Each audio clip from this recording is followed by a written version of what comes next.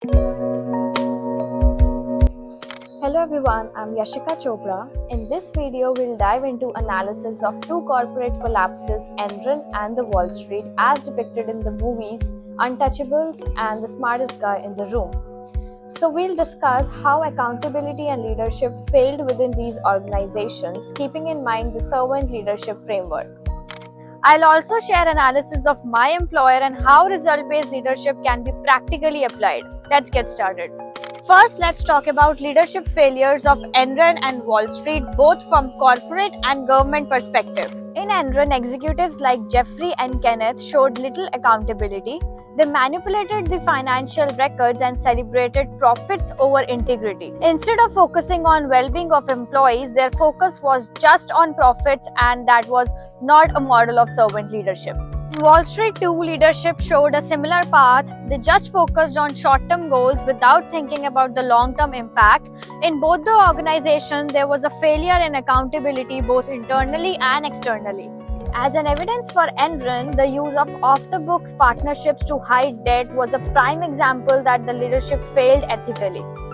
On the other hand, for Wall Street, the 2008 financial collapse was a direct result of the decisions made by leaders who were preferring profits over the social responsibility. On the government side, regulation failed completely because government officials did not act effectively for the companies like Enron and Wall Street, and as a result, they were exploiting the legal loopholes. Other than that, organizations which should have held Enron and Wall Street accountable for the mistakes that they are doing were just being passive bystanders instead of taking a strict action against these companies. And stated that creating an environment of integrity and accountability not only improves effectiveness, but it also creates a respectful and an enjoyable environment.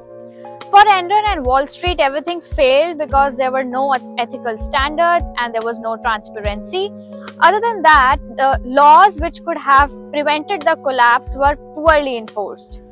With Walid et al. In 2022 stated that accountability helps to flourish and increase the success of the organization. Keeping this in mind, let's talk about the recommendations that could have prevented these collapses. Firstly, companies should have internal auditing systems which are completely independent of corporate leadership, which will ensure accountability. Secondly, government should put heavy penalties on the organization that indulge in unethical behavior. Next, companies and the employees which are working in the companies must undergo ethical training that will make sure that they focus on long-term success and they avoid unethical risky behavior. Apart from that, companies should introduce some incentive programs for the employees who focus on long-term success and not on short-term profit. So now I'll shift focus onto my employer and we'll discuss how result-based leadership is applied at the educational center I work in.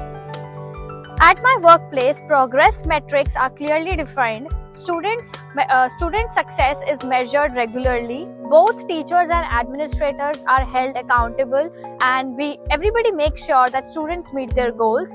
This is a clear example of result-based leadership that focuses on continuous improvement. Curriculum is highly structured and it is consistent across all the centers. Apart from that, our structure is designed in such a way that it aligns with the result-based leadership framework. These practices created a reliable environment with the help of which both students and teachers could achieve results.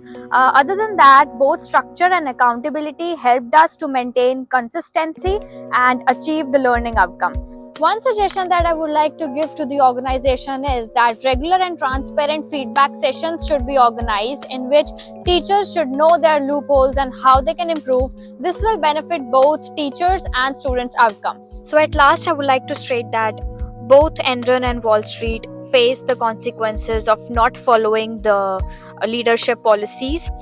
Both of them collapsed because there was a lack of accountability and integrity.